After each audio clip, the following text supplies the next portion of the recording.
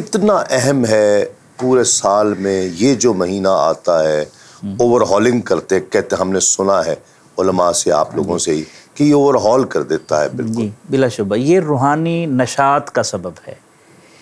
اگر انسان روحانی طور پر کمزور ہو نا اور جسمانی طور پر صحت مند ہو تو اسے کبھی بھی صحت مند نہیں کہتے. جی ہاں. وہ حقیقت میں پریشان ہوتا ہے، ڈپریشن کا شکار ہوتا ہے، مرضوں کا شکار ہو جاتا ہے. بظاہر وہ ٹھیک لگتا ہے لیکن حقیقت میں کمزور ہوتا ہے. جی ہاں. اور جو روحانی طور پر مضبوط ہوتا ہے وہ دیکھنے میں سادہ کیوں نہ ہو، لباس اس کا سادہ کیوں نہ ہو، وجود اس کا کمزور کیوں نہ ہو، اس کے چہرے پر جو نور کا حالہ ہوتا ہے جو اسے دیکھ لیتا ہے، ہم ہوئے تم ہوئے کہ میر ہوئے، اس کی زلفوں کے سب اسیر ہوئے، تو ان کی طرف کھنچا چلا جاتا ہے. جی ہاں. تو یہ روحانی نشاط کا سبب ہے. اور روحانی نشاط کا کیوں سبب ہے؟ دیکھیں نا، روحانیت کے کئی پہلو ہیں.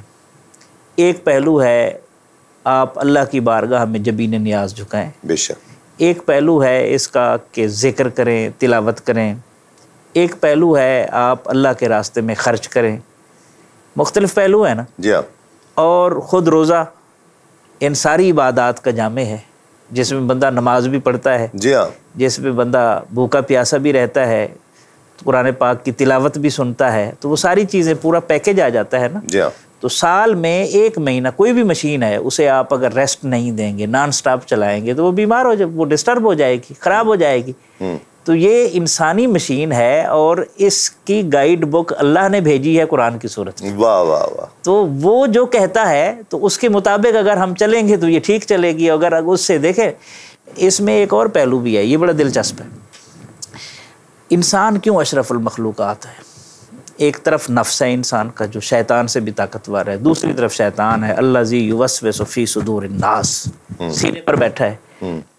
اب انسان کیسے چلے؟ رب نے اس کا ایک اسلوب حیات اسے عطا کیا ہے. جی. کہ جب اٹھو تو میرے نام سے اٹھو، میرے نام کا ذکر کرو. پھر باتھ روم میں جانا ہے تو میرے ذکر کر کے پھر اندر جاؤ، دعا پڑھ کے جاؤ. پھر واپس آنا ہے تو پھر شکر کی دعا پڑھو. وضو کرنا ہے تو اس کی علیحدہ دعائیں ہیں.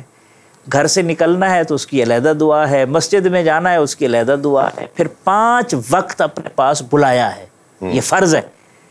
یہاں تک کہ شیشہ دیکھنے کی، شیشہ دیکھنے کی، آئینہ دیکھنے کی دعا، کھانا کھانے کی، دودھ پینے کی، ایون رمضان کا چاند دیکھنے کی، ہر چاند کو دیکھنے کی دعا ہے.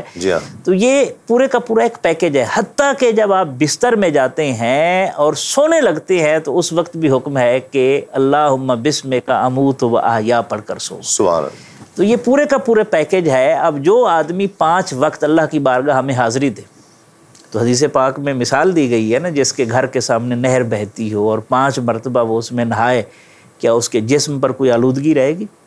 صحیح.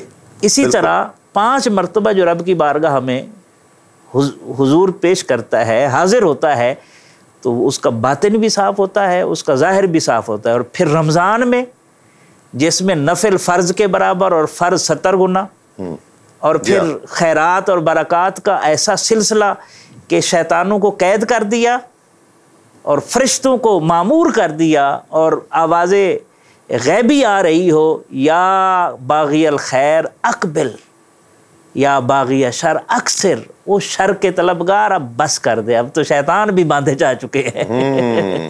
ماحول سازگار بنا دیا ہے. مخلوق اللہ کی طرف کھینچی چلی جا رہی ہے. اے خیر کے طلبگار اب آگے قدم بڑھا. واہ واہ. یہ جو پہلو ہے یہ بڑا دلچسپ پہلو ہے. جتنا روزے کے حوالے سے غور کرتے جائیں گے، کہیں بھی تربیت کے لیے ضروری ہوتا ہے کہ ماحول دیا جائے. جب تک ماحول نہیں ملے گا اکیلا بندہ کچھ نہیں کر سکتا. اس میں پورے مہینے کا ماحول اللہ نے دے دیا ہے. تو جو اس ماحول میں بھی اپنے آپ کو ایڈجسٹ کر سکے، اس کا مطلب ہے وہ پھر لا علاج مریض بن چکا ہے.